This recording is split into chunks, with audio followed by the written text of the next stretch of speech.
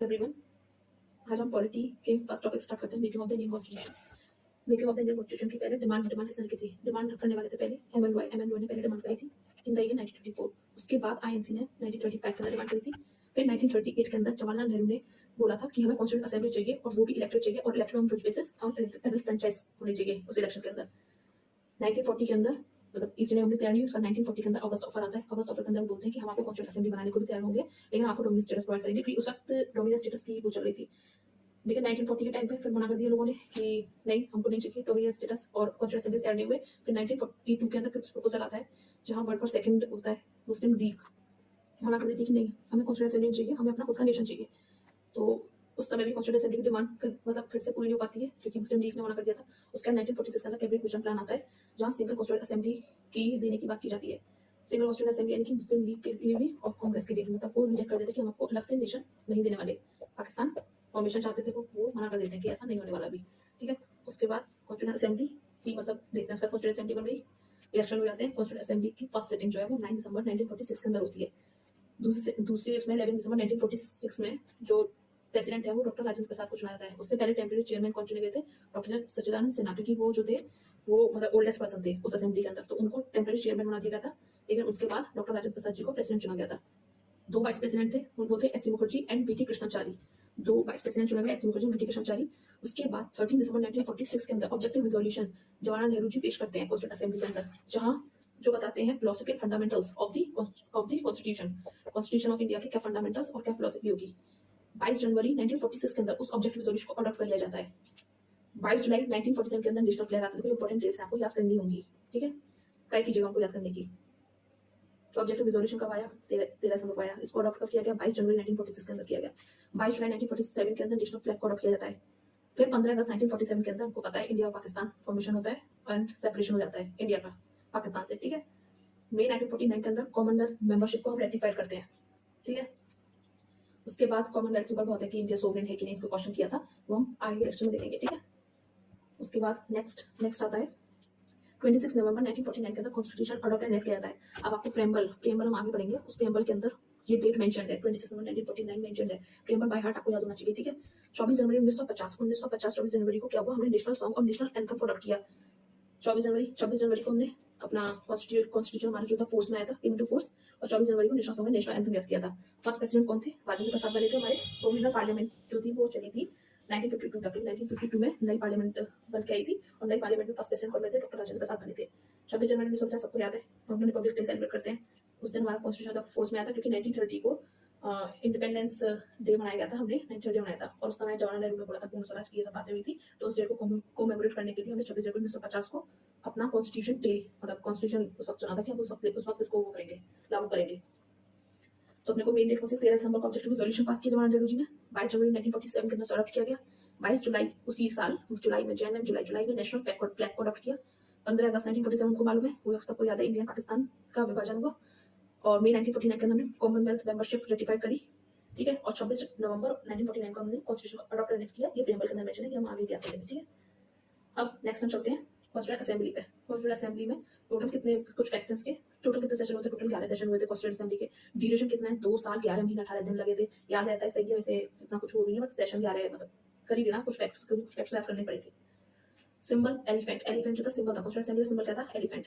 लेकिन महात्मा गांधी ने participate constituent assembly के अंदर नहीं किया था, ठीक है। अपनी कोई बात याद होनी चाहिए। पार्टली इलेक्टेड पार्टली नॉमिनेटेड थी। अब इसका क्या मतलब है? मतलब कुछ लोगों को अलाउ किया गया कॉन्स्टिट्यूएंट असेंबली किस टाइम पे होगी? इस टाइम रूल चल रहा है, उस टाइम पे हम अपनी कॉन्स्टिट्यूएंट असेंबली का इलेक्शन कंडक्ट करवा रहे हैं। तो उन्होंने क्या पार्टी इलेक्टेड और पार्टी नॉमिनेटेड, कुछ लोग जो थे प्रोविंस से नॉमिनेट होकर आए थे, और कुछ लोगों को इलेक्शन का अलाउ किया था। इलेक्शन किस बेसिस पे? वही कि मतलब जिनके पास लैंड ज्यादा है, कुछ भी उनको ऑनर्स पीजेंट्स वगैरह उनको अलाउ कर दिया था। मतलब कुछ क्राइटेरिया थे, उस बेसिस पे हुआ था। बट अपने को याद रखना है कि फुल इलेक्टेड नहीं थी, पार्टी इलेक्टेड थी, पार्टी नॉमिनेटेड थी, ठीक है। 9 कंप्लीट नॉमिनेटेड थी, 9 कंप्लीट इलेक्टेड थी, ठीक है। आफ्टर इंडिपेंडेंस एक्ट 1947 उसमें क्या हुआ? लेजिस्लेटिव बॉडी देखो 1947 में अलग हो गए, पाकिस्तान अलग हो गया, इंडिया अलग हो गया। अब और जो ये था ईस्ट इंडिया कंपनी चली गई यहाँ से रूल छोड़ के, ठीक है। माउंटबेटन प्लान और ये सब आपको पता होगा।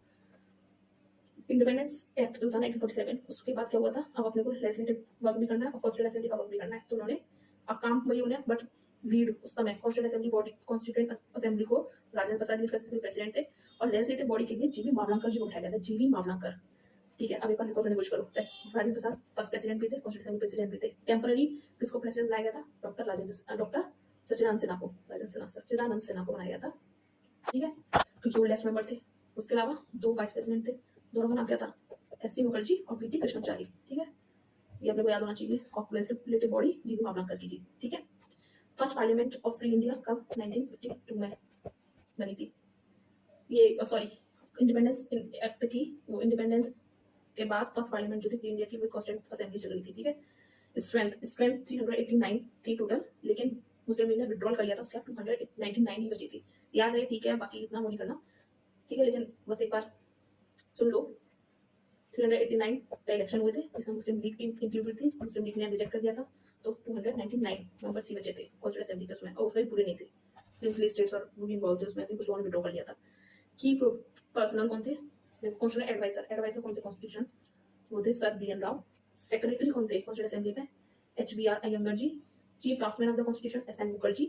कैलीग्राफी जिन्होंने की थी वो प्रेम बिहारी रायजादा ने की थी, एंड डेकोरेशन जो थी वो नंदलाल बोस, यहाँ लाल आएगा, नंदलाल बोस और पी.आर. सिन्हा जी ने की थी। हिंदी कैलीग्राफी जो थी वसंत कृष्ण वैद्य ने की थी, और नंदलाल बोस ने डेकोरेट किया था, मतलब लिखा उन्होंने था, और इसे डेकोरेशन नंदलाल बोस ने तो इंग्लिश वाली भी कराया और हिंदी वाला भी कराया, लेकिन कैलीग्राफी जो थी इंग्लिश में वो प्रेम से की थी, किसने, प्रेम बिहारी रायजादा ने, और हिंदी में वैद्य, वसंत कुमार कृष्ण वैद्य जी ने की थी, ठीक है। वैद्य बोलते हैं ना हिंदी में डॉक्टर्स को, वैद्य, तो ऐसे करके याद रखना, वैद्य हिंदी में, और प्रेम जो थे वो कैलीग्राफी इंग्लिश के अंदर, ठीक है। और डेकोरेशन नंदलाल बोस उसमें पी.आर. सिन्हा याद रख लेना, ठीक है। कॉन्स्टिट्यूशन एडवाइजर कौन थे, PN. Rau. Secretary of the constitution assembly HBR. Iyengar. देखो फैक्ट्स हैं, याद करने में प्रॉब्लम होती है, रिकॉल करने की कोशिश करिए करो अपने आप से, ठीक है, बार-बार रिपीटिशन से याद होता रहेगा। Constitution adviser BN. Rau. Secretary of the constitution assembly HBR. Iyengar. Chief draftman of the constitution, draftsman of the constitution SN. Mukherjee. एक और वो पढ़े थे हमने अभी, वाइस प्रेसिडेंट कौन थे, वाइस प्रेसिडेंट कौन थे कॉन्स्टिट्यूशन असेंबली में, 2 थे, HC. Mukherjee and VT. Krishnamachari. एक और मुखर्जी कौन, draftsman, chief draftman of the constitution SN. Mukherjee.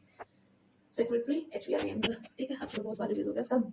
Women participation, कितनी टोटल वुमेन ने पार्टिसिपेट किया था, 15 वुमेन ने पार्टिसिपेट किया था, लेकिन जब 24 जनवरी 1950 के अंदर सिग्नेचर हुए थे कॉन्स्टिट्यूशन के ऊपर, तो 11 वुमेन प्रेजेंट थी, सिग्नेटरीज 11 वुमेन है, और पार्टिसिपेट जो था कॉन्स्टिट्यूशन असेंबली में 15 वुमेन ने किया था, ठीक है।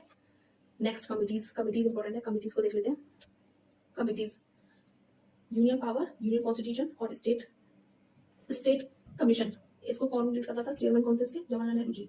देखो जवाहरलाल नेहरू कौन थे, फर्स्ट अपने प्रेसिडेंट थे, वो फर्स्ट प्राइम मिनिस्टर थे, सॉरी फर्स्ट प्राइम मिनिस्टर कौन थे, जवाहरलाल नेहरू थे। तो जवाहरलाल नेहरू जी अब कौन सेंटर पे होंगे, सेंटर को देख लीजिए, कौन सेंटर के मतलब स्टेट जो है सेंटर के अंदर रहते हैं, तो अपना याद रखना है। यूनियन पावर किसके पास होगी, ऑब्वियस है जवाहरलाल नेहरू जी के पास होगी। स्टेट कमीशन की पावर वो भी जवाहरलाल नेहरू जी के पास थी, और यूनियन कॉन्स्टिट्यूशन कमीशन जो थी वो भी जवाहरलाल नेहरू जी थे, उसके चेयरमैन भी, ठीक है। रूल्स ऑफ प्रोसीजर, अब रूल्स ऑफ प्रोसीजर जो है वो पार्लियामेंट के अंदर अप्लाई होता है। अब पार्लियामेंट के अंदर उस समय जो था कॉन्स्टिट्यूशन असेंबली के प्रेसिडेंट कौन थे, doctor Rajendra Prasad, first president भी डॉक्टर राजेंद्र प्रसाद, तो रूल्स ऑफ प्रोसीजर भी डॉक्टर राजेंद्र प्रसाद के अंदर था, और स्टीयरिंग कमीशन भी, मतलब आप मतलब सिर्फ कॉन्स्टिट्यूशन असेंबली से थोड़ा लिंक करके सोच के देखिए तो आपको पता चलेगा। स्टीयरिंग मतलब जैसे कार में स्टीयरिंग होती है तो कौन ड्राइव करता है, जो लीडर होता है, स्वयं लीडर कौन थे, डॉक्टर राजेंद्र प्रसाद, ऐसे करके याद लिंक करके कोशिश कीजिए तो हो सकता है आपको याद रहेगा, ठीक है। प्रोविजनल कॉन्स्टिट्यूशन कमीशन, प्रोविजन पे सरदार पटेल ने, आपको याद होगा कि हैदराबाद, जूनागढ़ और Jammu and Kashmir, in Prince list ने ज्वाइन नहीं किया था, मतलब इन्होंने जब पार्टीशन होता ज्वाइन नहीं किया था, इन सबको ज्वाइन कराया किसने था, सारे उसको प्रिंस लिस्ट को मर्ज किया था सरदार वल्लभ भाई पटेल ने। तो वो चीज अपने याद रखनी है। तो सरदार वल्लभ भाई पटेल किसके वो है, प्रोविजनल कॉन्स्टिट्यूशन कमीशन के वो कौन है, सरदार वल्लभ पटेल है। Advisory commission, Sardar advisory commission fundamental rights of minorities and tribal and excluded area के लिए उसके सरदार पटेल है, ठीक है। 5 सब कमिटीज थी, याद रखना फंडामेंटल राइट्स की, बाकी इतना लर्न कर सकते हो अच्छी बात है, बाकी इतना बोलेंगे जरूर, ठीक है।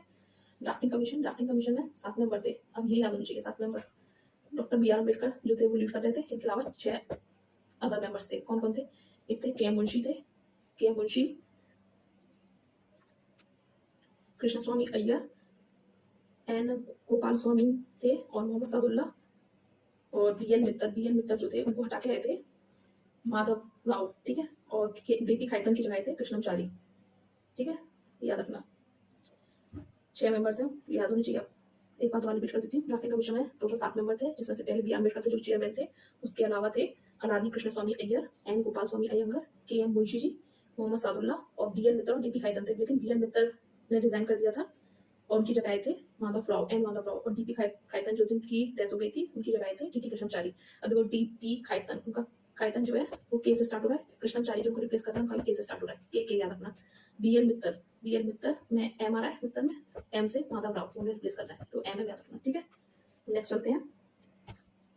जब 26 नवंबर 1949 के अंदर हमारा कॉन्स्टिट्यूशन हमने अडॉप्ट कर लिया था, तो कुछ प्रोविजंस थे जो कि कॉन्स्टिट्यूशन के उसी वक्त लागू हुए थे। अब वो क्या थे? सिटीजनशिप के article 5, article 6, article 7, article 8 and article 9 constitution मतलब अडॉप्शन के टाइम पे इनेक्ट हो गए थे, फोर्स में आ गए थे। इलेक्शंस के 324 एंड आर्टिकल 60 ये भी आया था, came to force. And provisional parliament article 388, 391, article 379, 318, 392 temporary and transition provisions related वो भी इनेक्ट हो गए थे। And short titles article 393, 366 and 367 भी केम टू फोर्स जब कॉन्स्टिट्यूशन को अडॉप्ट और इनेक्ट किया गया था। कौन कौन से? Article 5, article 6, article 7, article 8, article 9 elections का article 324, article 360, article 388, 391, 379, 318, 392 and 393, article 367, 367।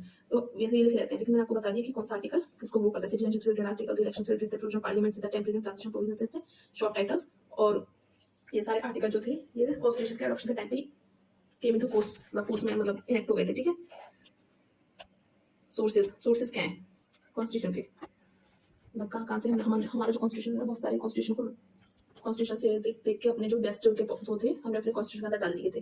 तो डिफरेंट सोर्सेज से हमने कॉन्स्टिट्यूशन बनाया है, तो वो कौन से सोर्सेज से हमने क्या क्या चीजें ली है वो चीज वो देखनी है, तो पूछ लेता है इस पर क्वेश्चन। गवर्नमेंट ऑफ इंडिया 1935, तो गवर्नमेंट ऑफ इंडिया 1935 हमारा मेजरली कॉन्स्टिट्यूशन जो है वो इसी से डायरेक्ट है। अब इससे हमने क्या क्या लिया था? हमने फेडरल स्कीम लिया था। फेडरल स्कीम यानी कि ये यूनियन, उसके नीचे स्टेट्स, ये सब हम हमारा मतलब बाइकैमरल जो था, तो हमने इससे लिया था government of India federal scheme. Governor का ऑफिस लिया था। जुडिशरी हमने इसी से ली थी, गवर्नमेंट ऑफ इंडिया एक्ट से जुडिशरी ली थी। उसके अलावा पब्लिक सर्विस कमीशन लिया था। Emergency provisions and administrative details ये हमने गवर्नमेंट ऑफ इंडिया 1935 से बोरो किए थे। ब्रिटिश जो था, ब्रिटिश ने हमारा प्रशासन किया है। अब उन्हीं के गवर्नमेंट की फॉर्म की हमको जानकारी थी कि किस तरीके से रूल करना है, तो हमने वही अपने उसमें पॉलिटिक्स में वही लागू कर लिया था। जैसे पार्लियामेंट्री फॉर्म ऑफ गवर्नमेंट, वो पार्लियामेंट्री फॉर्म ऑफ गवर्नमेंट को अपनाते थे, हमने वही अपनाया। रूल ऑफ लॉ हमने ब्रिटिश तरफ से लिया है। Single citizenship, cabinet system, parliamentary privileges, bicameralism and prerogative writs, bicameralism, parliamentary privileges, cabinet system, single citizenship, rule of law and parliamentary government, ये सब हमने ब्रिटिशर्स से लिया है, ठीक है। ब्रिटिश कॉन्स्टिट्यूशन से लिया है। यूएस से हमने क्या लिया? Fundamental right, removal of supreme court and high court जजेस, judiciary review, impeachment of the president, independent judiciary and post of vice president, ये सब हमने यूएस से लिया है। देखो यूएस के अंदर चलता है प्रेसिडेंशियल फॉर्म ऑफ गवर्नमेंट, तो वहाँ पे प्रेसिडेंट होता है और वाइस प्रेसिडेंट होता है, तो हमने वाइस प्रेसिडेंट वाली पोस्ट तो हमने यूएस से ले ली। Fundamental rights and judicial review and independent judiciary, ये सब जो है ये गवर्नमेंट की जो मतलब पावर होती है उसको रिव्यू करते हैं और थोड़ा सा कंट्रोल करने की कोशिश करते हैं। फंडामेंटल राइट जो है वो आर्बिट्री कोई भी गवर्नमेंट का लॉ से चलने नहीं देगा, इंडिविजुअल के राइट्स को प्रोटेक्ट करता है। जुडिशियल रिव्यू कोई भी गवर्नमेंट ने लॉ बना दिया तो उसके ऊपर वो करेगा कि ये वैलिड है कि नहीं। इंडिपेंडेंट जुडिशरी इंडिपेंडेंट होनी चाहिए, तभी आप काम करेक्ट कर सकते हैं, ठीक है। तो ये चीजें जो अच्छी चीज है जो कि मतलब थोड़े से लोग आर्बिट्री रूल होती है गवर्नमेंट के, उसको याद रखना, वो सब यूएस से है। Fundamental right, judicial review, independent judiciary, ये सब यूएस से है। और पोस्ट ऑफ वाइस प्रेसिडेंट वो भी यूएस से है। ये अब देखो रिमूवल चाहे सुप्रीम कोर्ट के जज का हो, हाई कोर्ट के जज का हो, या इम्पीचमेंट ऑफ प्रेसिडेंट का, हटाई गया सबको अपनी पोस्ट से, तो हटाने का प्रोसेस भी यूएस से ही आया है, ठीक है। ब्रिटिशर से क्या आया? Parliamentary government I, rule of law आया, सिंगल सिटीजनशिप आई और कैबिनेट सिस्टम आया, पार्लियामेंट्री प्रिविलेजेस आई, बाइकैमरलिज्म आया, रिट्स आई, जो भी पार्लियामेंट से रिलेटेड है सब कुछ यूएस से आ रहा है। देखो पार्लियामेंट्री फॉर्म ऑफ गवर्नमेंट आ रही है, कैबिनेट सिस्टम वो पार्लियामेंट में बनाया जाता है, लागू के होता है, वो आ रहा है। पार्लियामेंट्री प्रिविलेजेस वो हमने से ली ब्रिटिश से, बाइकैमरलिज्म वो हमने ब्रिटिश से लिया, बाइकैमरलिज्म की लोकसभा एंड राज्यसभा पार्लियामेंट से रिलेटेड है वो भी से लिया। और रिट्स जो है जिसके लिए आर्टिकल 32 हमको याद होगा, तो वो हमने से लिया ब्रिटिशर से। Rule of law and single citizenship ये सब ब्रिटिशर से है, ठीक है। नेक्स्ट हम चलते हैं, नेक्स्ट है आयरिश से हमने क्या लिया? DPSP, election of president, nomination of in the Rajya Sabha, 12 लोग नॉमिनेट करते हैं राज्यसभा में, तो हमने से लिया आयरिश से लिया है। आयरलैंड से मतलब सॉरी आयरलैंड कर सकते हैं, आयरलैंड से लिया है, ठीक है, ठीक है, आयरलैंड से लिया है। अब इसको याद करने का पूरा है एलिस डीपी नंबर 1, एलिस डीपी नंबर 1, एली election of president, DPSP number 1, nomination the Rajya Sabha, ठीक है। एलिस डीपी नंबर 1 आयरलैंड से लिया है, DP election of president, DPSP and nomination the Rajya Sabha. Canada से हमने क्या लिया है? स्ट्रॉन्ग सेंटर, रेसिडुअरी पावर, जो कि सेंटर को दिया हमने, गवर्नमेंट का अपॉइंटमेंट और advisory jurisdiction of the supreme court. अब देखो कनाडा से C for Canada, C for centre को स्ट्रॉन्ग बनाओ, कैसे बनाओ, ठीक है।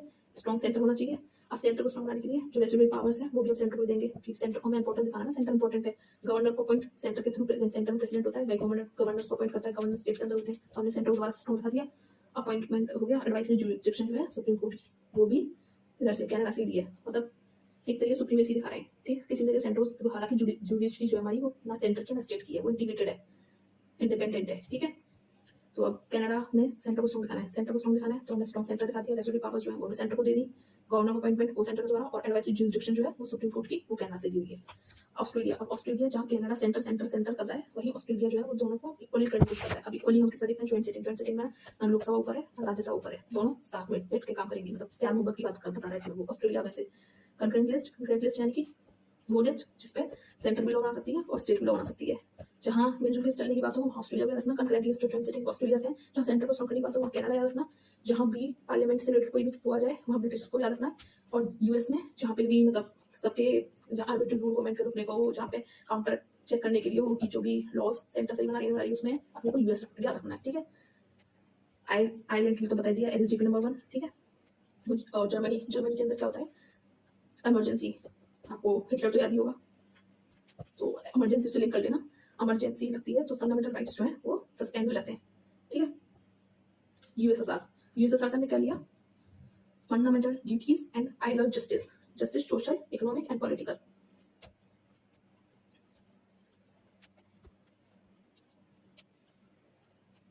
यूएसएसआर से लिया फंडामेंटल ड्यूटीज हमने किससे लिए, यूएसएसआर से लिए, और जस्टिस के ideals, social economic and political.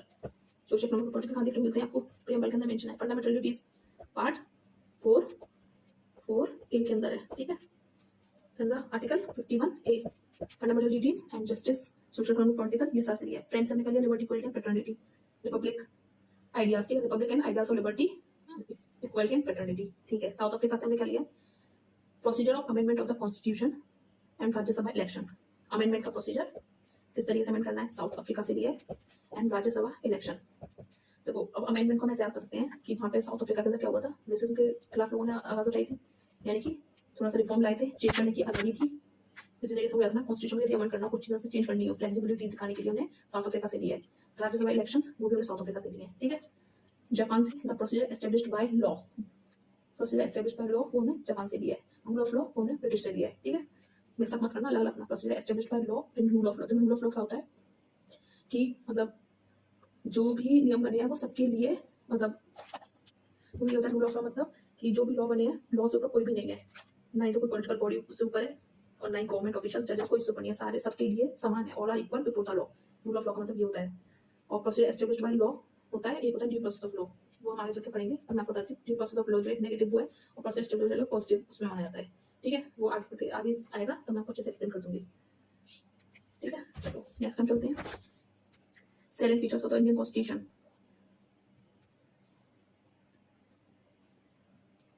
तो कॉन्स्टिट्यूशन क्या करता है, कॉन्स्टिट्यूशन एक फंडामेंटल लॉ है, यानी कि सबको मानना पड़ेगा। इंस्ट्रूमेंट ऑफ द गवर्नमेंट के लिए इंस्ट्रूमेंट का करता है कि क्या क्या वो कर सकता है। Relationship between the government and the people, मतलब वहाँ पे लोगों की भलाई के लिए बताया गया है, गवर्नमेंट को उस तरीके से रूल करना है, सब चीजें कॉन्स्टिट्यूशन में मेंशन है। पावर्स को अलग से डिवाइड किया हुआ है, और सेट ऑफ प्रिंसिपल्स है जो कि हर किसी को फॉलो करने हैं। कॉन्स्टिट्यूशन हमारा ये सब बताता है, ठीक है। सेवन फीचर्स हैं। फीचर्स ऑफ इंडियन कॉन्स्टिट्यूशन क्या है, इंडियन कॉन्स्टिट्यूशन जो लेंथेस्ट रिटन कॉन्स्टिट्यूशन है, क्यों, क्योंकि इसमें 470 आर्टिकल एंड 12 शेड्यूल्स है। देखो जब वो ओरिजिनली बना था तो उसमें 395 आर्टिकल्स थे और 8 शेड्यूल्स थे, ठीक है। उसके बाद 4 और ऐड किए, और आर्टिकल्स तो बहुत सारे ऐड होते जा रहे हैं, तो अप्रोक्सीमेटली 470 आर्टिकल है, 12 शेड्यूल्स है कॉन्स्टिट्यूशन के अंदर, जिसकी वजह से कॉन्स्टिट्यूशन जो लेंथी है। उसके अलावा क्या रीजन है, डाइवर्सिटी। इंडिया के अंदर एक पर्टिकुलर रीजन नहीं है, एक लैंग्वेज नहीं है, और मतलब हर चीज डिफरेंटली मतलब वेरी करती है, बहुत ज्यादा डाइवर्सिटी इंडिया के अंदर। तो एक तो ये रीजन है, सबको ध्यान में रखते हुए कॉन्स्टिट्यूशन को डिजाइन किया गया है, तो इसलिए कॉन्स्टिट्यूशन जो है हमारे लेंथीस्ट बना है। हिस्टोरिकल फैक्टर्स, हमारे ऊपर ये इसने कंप्लेंट राज किया है, तो हम चाहते हैं कि फ्यूचर में कोई भी ऐसा, मतलब एक तो ये भी ना एससीज को मतलब सप्रेस किया गया था, लोअर कास्ट के लिए अलग से वो बनाए गए प्रोविजंस वगैरह, ईस्ट इंडिया कंपनी का रूल रहा है, तो उन सबको ध्यान में रखते हुए हमने ऐसे प्रोविजंस को एड किया कि आगे चल के इन फ्यूचर इन सब चीजों मतलब और ज्यादा प्रॉब्लम क्रिएट ना हो। तो हमारा हिस्टोरिकल फैक्टर्स की वजह से, डाइवर्सिटी की वजह से, एंड लीगल एक्सपर्टीज यानी कि जो कॉन्स्टिट्यूशन मेकर्स थे ज्यादातर वो लॉयर्स के उससे बिलोंग करते थे, तो उन्होंने मोस्टली जो अपना वो बैकग्राउंड है, लॉ के बैकग्राउंड होने के कारण, लीगल एक्सपर्टीज होने के कारण कॉन्स्टिट्यूशन हमारा वो जो है वो लेंथी बनाए, ठीक है। सोर्स ऑफ प्रोविजन बोरोड, हमारा कॉन्स्टिट्यूशन बहुत उससे बोल रहा है। आयरलैंड से कुछ फीचर्स ले रखे हैं, कुछ यूएस से हैं, कुछ ब्रिटिश से हैं, और ऑस्ट्रेलिया सबसे हमने दिया है borrowed source of provision, borrowed है हमारा मेजरली गवर्नमेंट ऑफ इंडिया से, गवर्नमेंट ऑफ इंडिया एक्ट 1935, इससे हमारे बहुत सारे प्रोविजन हमने इससे लिए हैं, ठीक है। Federal system with unitary wise, federal system यानी कि सेंटर स्टेट फेडरल सिस्टम दोनों उस पर है, लेकिन यूनिटी यानी कि सेंटर का कंट्रोल होता है स्टेट्स के ऊपर। इमरजेंसी प्रोविजंस के टाइम पे सेंटर कंट्रोल कर लेता है, गवर्नमेंट अपॉइंटमेंट के टाइम पे हमने देखा है, तो सेंटर का स्ट्रॉन्ग होल्ड है स्टेट्स के ऊपर। मतलब ऐसा नहीं है कि जैसे ब्रिटिश के अंदर यूएस के अंदर होता है कि स्टेट्स के अपना कॉन्स्टिट्यूशन होगा, सेंटर का अपनी जुडिशरी वो रहेगा, सेंटर का अपना अलग रहेगा।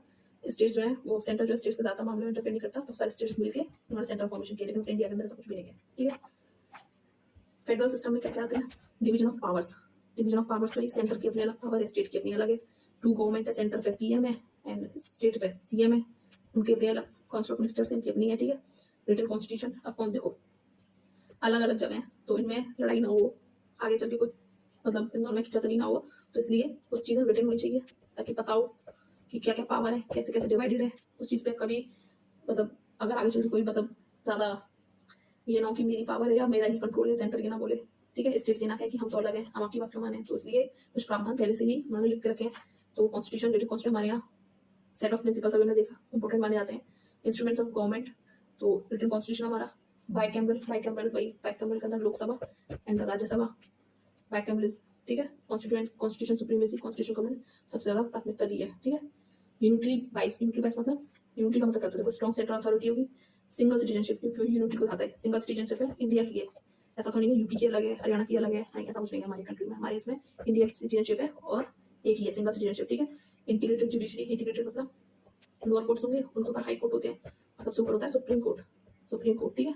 इंटीग्रेटेड जुडिशरी अपनी इमरजेंसी प्रोविजंस वो यूनिटरी बेसिस पर बताते हैं, इमरजेंसी लगेगी तो सेंटर स्ट्रॉन्ग हो जाएगा। हमने इमरजेंसी प्रोविजंस कहाँ देखा था, फंडामेंटल राइट्स के अंदर वो देखा था, इमरजेंसी के अंदर कहाँ देखा था, जर्मनी का हिटलर, जर्मनी के अंदर हमने देखा था इमरजेंसी प्रोविजंस को, ठीक है।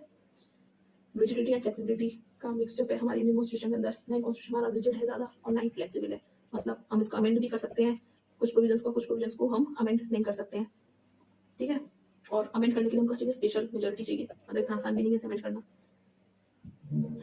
और कुछ प्रोविजंस को हम सिंपल उससे भी अमेंड कर सकते हैं, ठीक है। तो रिजिडिटी और फ्लेक्सिबिलिटी का मिक्सचर है। पार्लियामेंट्री फॉर्म ऑफ गवर्नमेंट है, पार्लियामेंट्री फॉर्म ऑफ गवर्नमेंट कहाँ से आएगी, ब्रिटिश से आएगी। Synthesis of parliamentary sovereignty and judicial supremacy, हमारा पार्लियामेंट सोवरेन है एंड जुडिशियल सुप्रीमेसी है, यानी कि वही जुडिशियली वाला कॉन्सेप्ट जो रहता है, आपको याद होगा कोई लॉ बनाने के लिए पार्लियामेंट किसी से पूछने जरूरत नहीं है, वो लॉ बना सकती है, लेकिन वो लॉ सही है या नहीं है, सिटीजन के हित में है या नहीं है, कॉन्स्टिट्यूशन को मतलब तोड़ मरोड़ कुछ बनाया रहा, तो उसके लिए जुडिशियल रिव्यू हमारे पास, ठीक है। दोनों एक दूसरे को कॉन्ट्रैक्ट करते रहते हैं, ठीक है।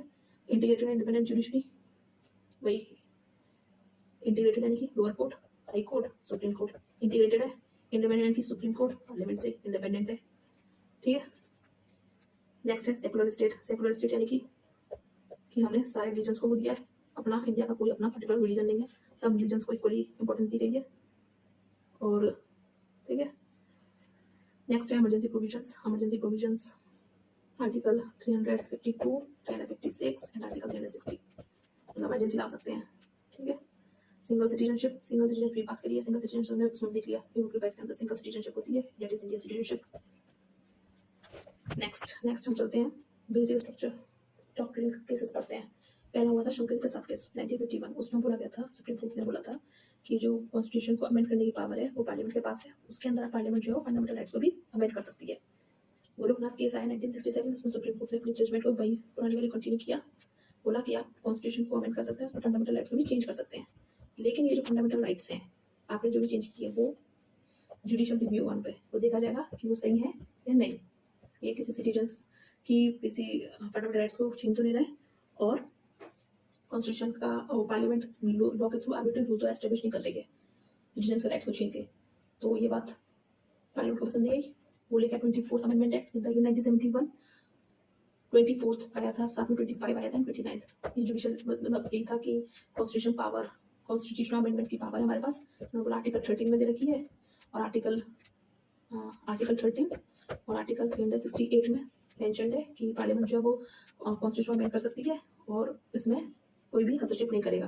तो केशवानंद भारती केस आया 1973 के अंदर, उसमें सुप्रीम कोर्ट ने बोला हाँ सही बात है कि आप कॉन्स्टिट्यूशन को अमेंड कर सकते हैं, लेकिन आप जो बेसिक स्ट्रक्चर साथ छेड़छाड़ नहीं कर सकते हैं। कॉन्स्टिट्यूशन का जो बेसिक स्ट्रक्चर है, बेसिक स्ट्रक्चर डॉक्ट्रिन आई थी केशवानंद भारती केस में, उन्होंने बोला बेसिक स्ट्रक्चर छेड़छाड़ नहीं करेंगे, आप कॉन्स्टिट्यूशन अमेंड कर दीजिए, ठीक है, इसको कोई प्रॉब्लम नहीं है, आपके सारी पावर है। अब उन्होंने बोला, फिर मतलब पार्लियामेंट बोलती है कि बेसिक स्ट्रक्चर ये क्या होता है, क्या क्या है बेसिक स्ट्रक्चर। उन्होंने बोला बेसिक स्ट्रक्चर ये हम आपको टाइम टू टाइम डिफाइन करते रहेंगे, लेकिन जुडिशियल रिव्यू जो है वो बेसिक स्ट्रक्चर के अंदर आता है। तो जुडिशियल रिव्यू वैसे एक्सप्लिसिटली किसी भी आर्टिकल के अंदर मेंशन नहीं है, पर जुडिशियल रिव्यू की पावर कहाँ से डिराइव करता है, आर्टिकल 32, आर्टिकल 226 एंड आर्टिकल 13, इन सभी पावर को डिराइव करता है। आर्टिकल 32 एंड 226 ये जो है कि सिटीजन्स को अलाउ करते हैं कि वो डायरेक्टली सुप्रीम कोर्ट जा सकते हैं अगर उनके फंडामेंटल राइट्स को छीना जाता है, उनका हनन होता है तो, ठीक है। उसका 39th अमेंडमेंट आता है 1975 के अंदर। फिर वो बोलते हैं कि मतलब जुडिशियल रिव्यू और 39th अमेंडमेंट एक्ट के अंदर बोलते हैं कि आप जुडिशियल रिव्यू कर सकते हैं, लेकिन जो इलेक्शन है प्रेसिडेंट के, वाइस प्रेसिडेंट के, प्राइम मिनिस्टर के और स्पीकर के, वो जुडिशियल स्क्रूटिनी में नहीं आते हैं, आप उनके ऊपर कोई भी जुडिशियल रिव्यू नहीं कर सकते हैं। ये पार्लियामेंट्री अथॉरिटी के डिस्प्यूट्स होंगे वही सॉल्व करेगी, आपका इसमें कोई रोल नहीं होना चाहिए। केस भी 39th अमेंडमेंट एक्ट से रिलेटेड है, उसका 42nd कॉन्स्टिट्यूशन अमेंडमेंट एक्ट 1976 आता है। 42nd कॉन्स्टिट्यूशन के अंदर फिर से ये कोशिश करते हैं कि जुडिशियल रिव्यू की पावर को कम किया जाए, पार्लियामेंट के कुछ चीज़ों पे उनकी पावर को बढ़ाने की कोशिश फिर से करते हैं, लेकिन वहाँ पे उसके बाद मिनिमम मिल केस आता है 1980 के अंदर। वो बोलते हैं कि जुडिशियल रिव्यू की वही पावर के ऊपर बेसिक स्ट्रक्चर के ऊपर फिर से बोलते हैं कि आप सब कुछ अमेंड कर सकते हैं, लेकिन बेसिक स्ट्रक्चर चेंज नहीं कर सकते, वही सेम जजमेंट को रिपीट करते हैं। वमन राव केस आता है, वमन राव केस के अंदर मिनिमम मिल केस के अंदर वो फंडामेंटल राइट्स और डीपीएस में बैलेंस एस्टैब्लिश करने की कोशिश की गई थी, ठीक है। और जुडिशियल रिव्यू से रिलेटेड तो है बेसिक स्ट्रक्चर, ठीक है। वमन राव केस में भी बेसिक स्ट्रक्चर डॉक्ट्रिन को एस्टैब्लिश करने की बात करते हैं, बेसिक स्ट्रक्चर को चेंज नहीं करेंगे आप। उसके बाद आता है एल चंद्र कुमार केस। एल चंद्र कुमार का जो केस है उसके अंदर बोलते हैं, एल चंद्र कुमार केस के अंदर ट्रिब्यूनल से रिलेटेड था केस, उसमें लोगों ने क्या किया था, ट्रिब्यूनल्स को पावर दे दी थी। आर्टिकल 323A एंड 323B जो है वो ट्रिब्यूनल से रिलेटेड है, उन्होंने ट्रिब्यूनल्स को जुडिशियल रिव्यू पावर दी थी पार्लियामेंट ने। तो सुप्रीम कोर्ट बोलता है कि ट्रिब्यूनल्स को जुडिशियल रिव्यू पावर नहीं मिलेगी, ये सुप्रीम हाई कोर्ट को है, और हाई कोर्ट जो है वो इस चीज़ के ऊपर, इस मैटर को हाई कोर्ट देखेगी, लेकिन ट्रिब्यूनल्स के पास जुडिशियल रिव्यू की पावर नहीं है, उन्होंने इस चीज़ को मना कर दिया। आई फॉलो केस 9 शेड्यूल से रिलेटेड है, 9 शेड्यूल बनाया गया था फर्स्ट अमेंडमेंट एक्ट से। उन्होंने बोला कि पार्लियामेंट ने कि 9 शेड्यूल के अंदर जो भी चीज़ हम डालेंगे वो उस पर आप जुडिशियल रिव्यू नहीं कर सकते, वो जुडिशियल रिव्यू के बाहर रहेगा। तो उन्होंने एक्सेप्ट किया, हालांकि अब ऐसा नहीं है, ये लैंड फॉर्म से रिलेटेड था जो फर्स्ट अमेंडमेंट था, उसको छोड़ो। आयर कोलो केस 9 शेड्यूल से रिलेटेड है, जहाँ पे उन्होंने जुडिशियल रिव्यू से बाहर नहीं बात की थी। Case Puttaswamy versus union of India case आता है, वो आर्टिकल 21 से रिलेटेड है, right to privacy, fundamental right, ठीक है। अब नेक्स्ट हम चलते हैं preamble of the constitution. Next है preamble of the constitution. Preamble of the constitution किस पर बेस्ड है, ऑब्जेक्टिव रिजोल्यूशन पे। ऑब्जेक्टिव रिजोल्यूशन जवाहरलाल नेहरू जी लेके आए थे इन द ईयर, उन्होंने कॉन्स्टिट्यूशन पेपर प्रस्तुत किया था 13 दिसंबर 1946 के अंदर, उसको मंजूरी मिली थी 22 जनवरी इन द ईयर 1947 के अंदर।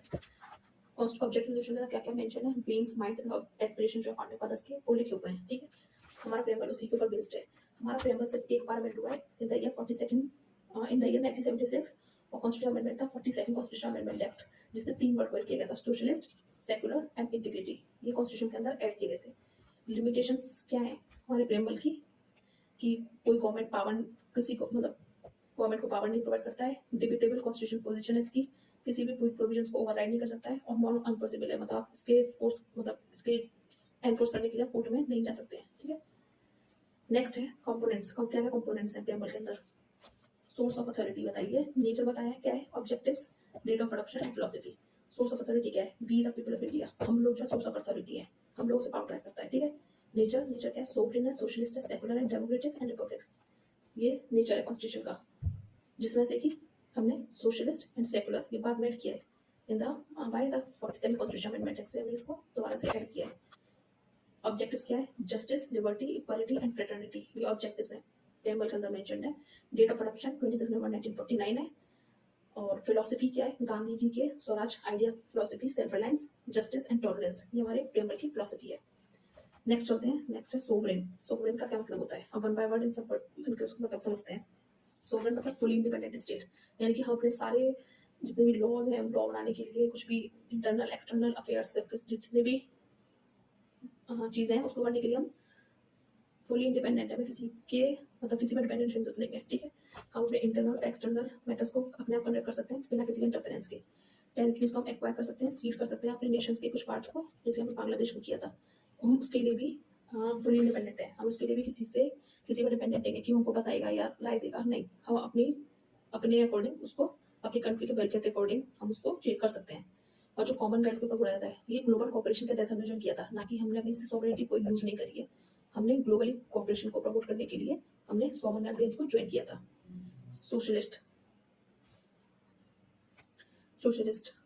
Socialism means of production, socialism पे डिपेंड है हमारा मार्क्सिज्म एंड गांधी प्रिंसिपल्स से रिलेटेड है। Gandhi principle poverty, ignorance, disease and inequality, ये गांधी प्रिंसिपल्स है। मार्क्सिज्म और गांधीयन प्रिंसिपल दोनों स्टेटलेस और कास्टलेस सोसाइटी को ही चाहते थे, लेकिन मार्क्सिज्म और इनके जो पाथ थे वो अलग अलग थे। वो चाहते थे ऑपरेशंस, क्लास स्ट्रगल, रिवॉल्यूशन के थ्रू उसको अचीव करना, और गांधी जी का था नॉन वायलेंस और लोकल गवर्नमेंट को स्ट्रेंथन करके वो स्टेटलेस और क्लासलेस सोसाइटी के एम को अचीव करना चाहते थे। लेकिन दोनों पॉवर्टी, इग्नोरेंस एंड इक्वालिटी को ही हटाना चाहते थे, ठीक है। सोशलिस्ट जो है वो इम्प्लिसिटली डीपीएसपी के आर्टिकल्स में मेंशन है, आर्टिकल 38, 39, 39A, 41, 42, 43, 43A, 47। आगे हम डीपीएसपी के सारे आर्टिकल्स को देखेंगे।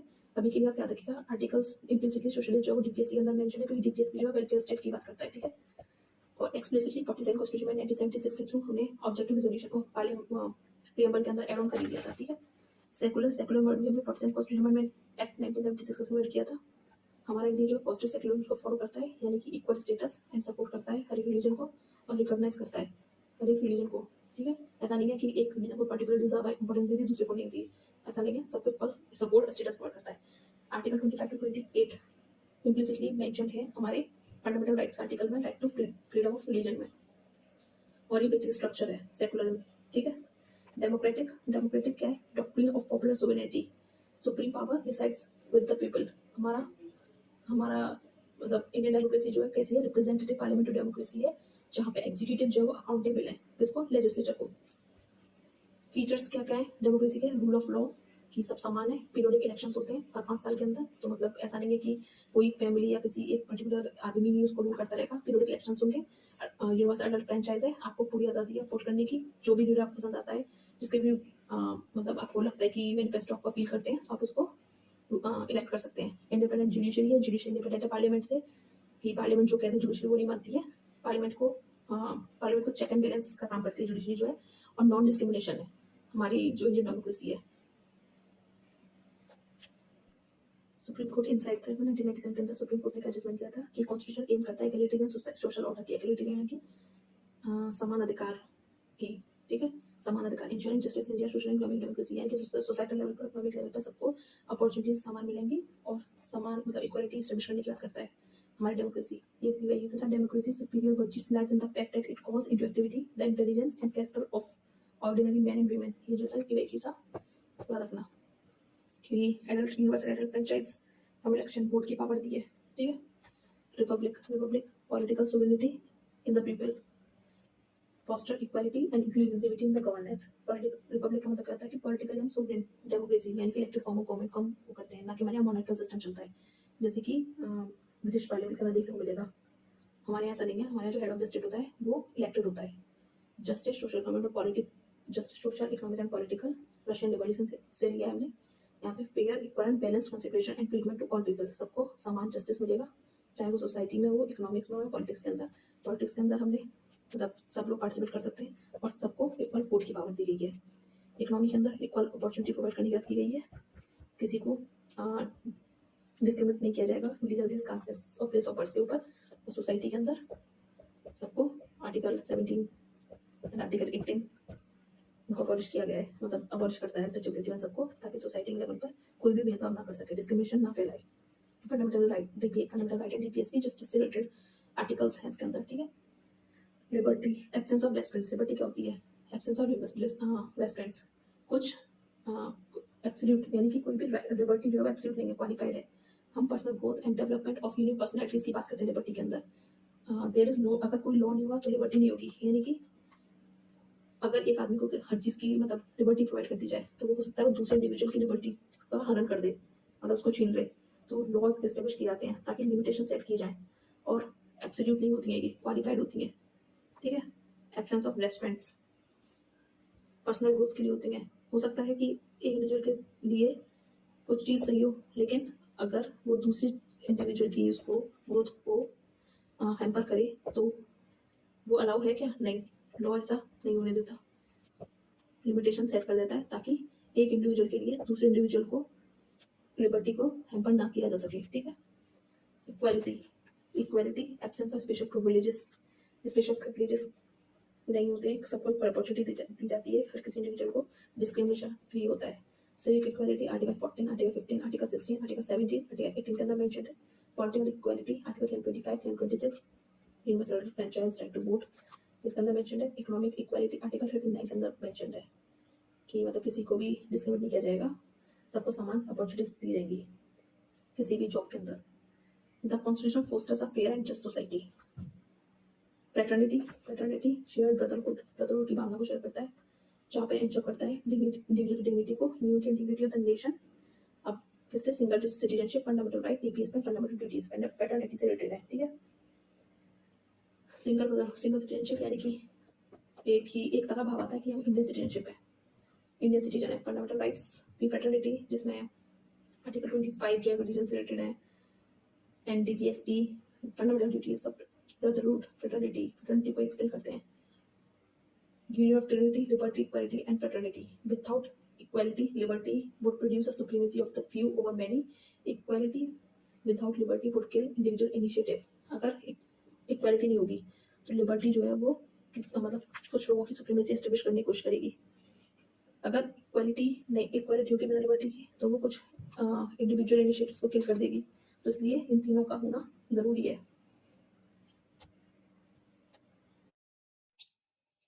नेक्स्ट है सुप्रीम कोर्ट केसेस जो कि प्रेमबल से रिलेटेड है। पहला बिलवा यूनियन केस जो कि 1960 के अंदर हुआ था, उसमें बोला गया था प्रेमबल जो कॉन्स्टिट्यूशन का पार्ट नहीं है, लेकिन इंटरप्रिटेशन के टाइम पे यूज किया सकता है।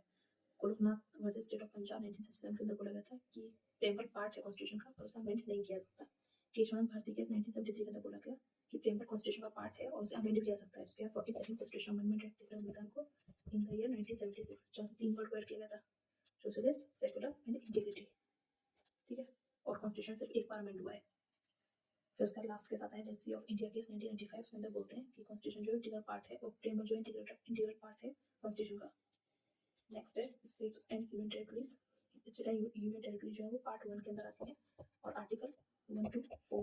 पहला आर्टिकल क्या है? Name and territory of the union of India. And उसमें क्या लिखा है? India that is Bharat as a union of states. Union of states का मतलब क्या है कि हमारा जो यूनियन है वो इंडिस्ट्रक्टिबल है और जो स्टेट्स हैं वो डिस्ट्रक्टिबल है, यानी कि स्टेट्स की बाउंड्री वगैरह चेंज कर सकते हैं, नेम वगैरह चेंज कर सकता है, पार्लियामेंट का सिर्फ पावर है। पर यूएस में ऐसा नहीं है। यूएस में फेडरेशन ऑफ स्टेट्स है, यानी कि सारे स्टेट्स अपने मर्जी से एक साथ आए और उन्होंने सेंटर का निर्माण किया। स्टेट्स जो है वहाँ इंडिस्ट्रक्टिबल है क्योंकि स्टेट्स साथ मिलकर उन्होंने सेंटर का निर्माण किया है। ठीक है। लेकिन हमारे इंडिया के अंदर ऐसा नहीं है। इंडिया में स्टेट्स जो डिस्ट्रक्टिबल है और यूनियन जो है इंडिस्ट्रक्टिबल है।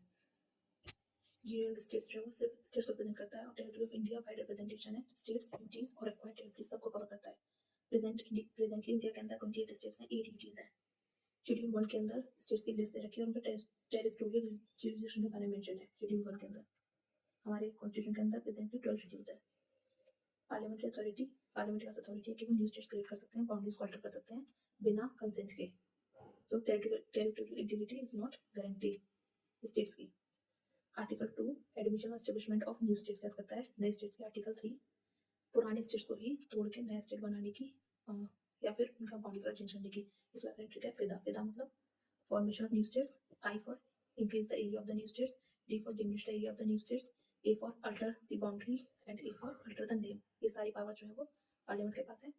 तो फॉर्मेशन ये पुरानी स्टेट्स याद करता है आर्टिकल 3 और आर्टिकल 2 जो न्यू स्टेट्स याद करता है, एक्जिस्टिंग स्टेट्स एंड ये न्यू स्टेट्स याद करता है। आर्टिकल 4 बोलता है कि जो भी चेंजेस आर्टिकल 2 या 3 के अंदर होंगे वो अमेंडमेंट कंसीडर नहीं किए जाएंगे आर्टिकल 368 के अंदर। उसके बाद एक है, देखो अगर स्टेट्स के अंदर चेंज करना है इंटरनली तो कुछ भी कॉन्स्टिट्यूशन अमेंडमेंट एक्ट नहीं मतलब अमेंड करनी सकते हैं कॉन्स्टिट्यूशन को। लेकिन अगर अपनी कोई भी प्रॉपर्टी सीड कर रहे हैं मतलब किसी कंट्री को दे रहे हैं तो हम उसके अंदर उसके लिए कॉन्स्टिट्यूशन अमेंडमेंट एक्ट जरूर करते हैं। जैसे कि हमने बिलवारी यूनियन केस के अंदर 100 कॉन्स्टिट्यूशन अमेंडमेंट एक्ट 2015 के थ्रू हमने बंगाल को 51 एनक्लेव्स बांग्लादेश ने हमको दिए थे और हमने बांग्लादेश को 111 एनक्लेव्स दिए थे। ये 100 कॉन्स्टिट्यूशन अमेंडमेंट 2015 के थ्रू हुआ था। ठीक है। नेक्स्ट है reorganisation of states. Reorganisation of states के लिए कमिटीज बनी थी। पहला बना था थर्ड कमीशन जहाँ पे उन्होंने बोला था कि एडमिनिस्ट्रेटिव कन्वीनियंस के अकॉर्डिंग ह्यूमनाइजेशन करना चाहिए स्टेट्स का, ना कि लैंग्वेज के बेसिस पे। तो उसके बाद फिर आती है जेवीपी कमेटी। जेवीपी कमेटी भी बोलती है कि स्टेट ह्यूमनाइजेशन जो है वो लैंग्वेज के बेसिस पे नहीं होना चाहिए। और 1953 के अंदर फर्स्ट लिंग्विस्टिक स्टेट बनता है आंध्र स्टेट।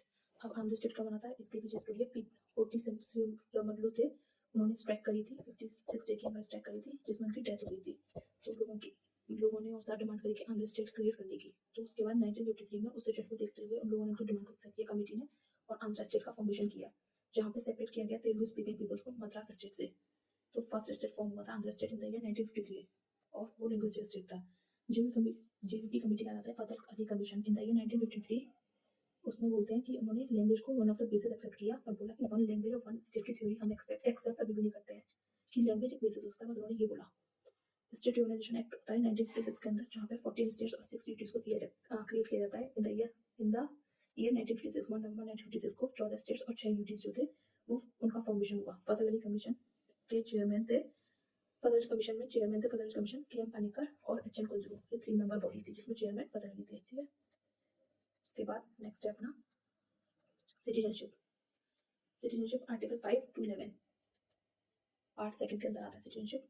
अब वन बाय वन सारे आर्टिकल को देखते हैं और एक्सप्लेन करते चलेंगे। Article 5, people who were born in India or have been residing in India for 5 years immediately before the commencement of the constitution। ये कॉन्स्टिट्यूशन कमेंसमेंट के टाइम की बात करता है आर्टिकल 5 कि उनको सिटीजनशिप मिलेगी, जो भी 5 साल से रिसाइड कर रहे थे इंडिया में।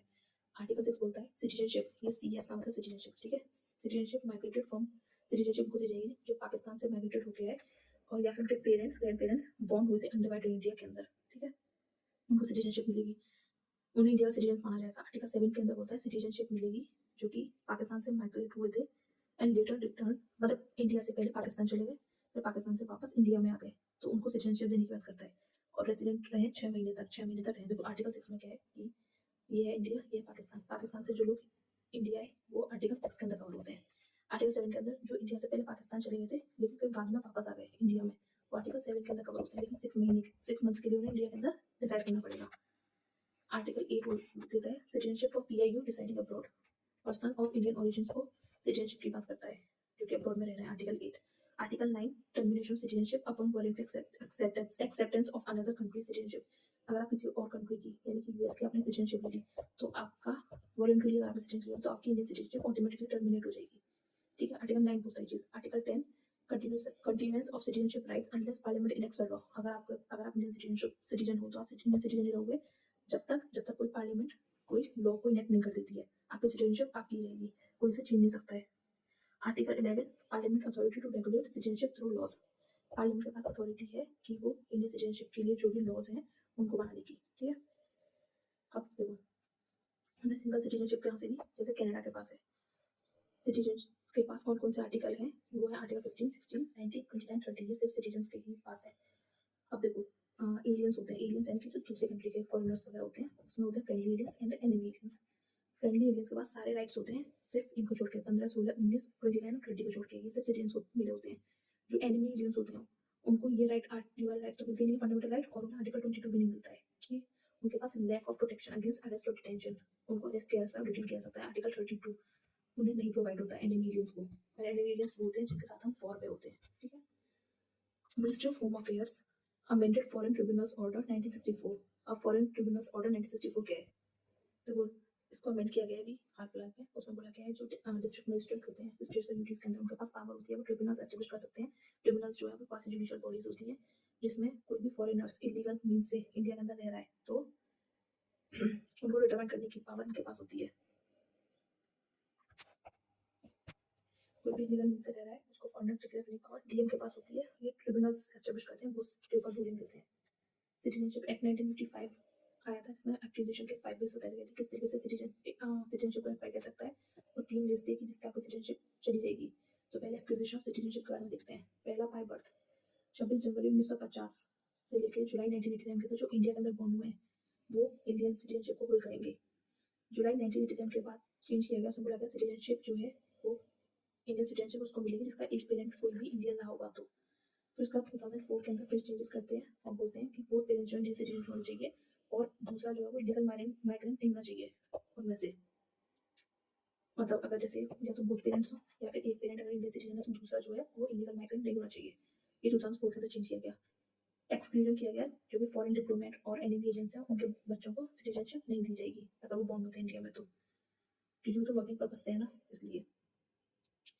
फिर एक बाय बर्थ होगी, दूसरी है बाय डिसेंट। बाय डिसेंट यानी कि जो इंडिया के आउटसाइड बॉर्न हुआ है। जुलाई 1992 की कोई भी मतलब इंडियन सिटीजनशिप उसको मिल सकती है, उसका फादर जो है वो इंडियन सिटीजन है। उसके बाद उन्हें ये लगा डिस्क्रिमिनेटरी कि जेंडर डिस्क्रिमिनेशन कर रहा है, तो उन्होंने 1992 के बाद चेंज किया। उन्होंने बोला कि कोई भी पेरेंट हो सकता है, चाहे वो मदर हो या फादर, कोई भी इंडियन सिटीजनशिप होना चाहिए में से एक। उसके बाद यहाँ पे लिखा नहीं है, यहाँ पे दिसंबर 2004 के बाद बोला गया आपको रजिस्ट्रेशन कराना पड़ेगा बर्थ को, जो भी आपका चाइल्ड है, अगर आप इंडिया में रह रहे हैं 1 साल के अंदर अंदर। ये 2004 का चेंज किया गया। उसके बाद रजिस्ट्रेशन आता है, बाय रजिस्ट्रेशन, जहाँ पे बोला गया कि नॉन इलीगल माइग्रेंट्स जो है अप्लाई कर सकते हैं इंडियन सिटीजनशिप के लिए, पर उसके लिए 7 साल जो है एप्लीकेशन से पहले इंडिया के अंदर रिसाइड करना पड़ेगा। फिर बाय नेचुरलाइजेशन, नेचुरलाइजेशन के अंदर 8 शेड्यूल के अंदर बोला गया, मतलब 8 शेड्यूल में से कोई भी एक लैंग्वेज आनी चाहिए, और 11 साल 14 साल में से 11 साल इंडिया में रहना है और 1 साल कंटिन्यूस रहना है। टोटल 12 मतलब टोटल 12 साल आपको इंडिया में रहना है, जिसमें से कि 14 में से 14 ईयर्स में से 11 साल तो आपको इंडिया में रहना है। उसके अलावा 1 साल जो है कंटिन्यू इंडिया के अंदर रहना है, तो आपको नेचुरलाइजेशन के थ्रू इंडियन सिटीजन मिल जाएगी। और 8 शेड्यूल में से कोई भी एक लैंग्वेज आनी चाहिए। बाय इनकॉर्पोरेशन ऑफ टेरिटरी, जैसे कि मतलब कोई भी टेरिटरी एक्वायर करने किसी और से, तो उनको सिटीजनशिप ऑटोमेटिकली मिल जाती है, मतलब अगर वो चाहते हैं तो, जैसे पौंडीचेरी को दी थी। आपका क्या है 5 बेस कौन से हैं? बाय बर्थ है तो एक है बाय डिसेंट, एक है बाय रजिस्ट्रेशन, एक है नेचुरलाइजेशन और एक है इनकॉर्पोरेशन।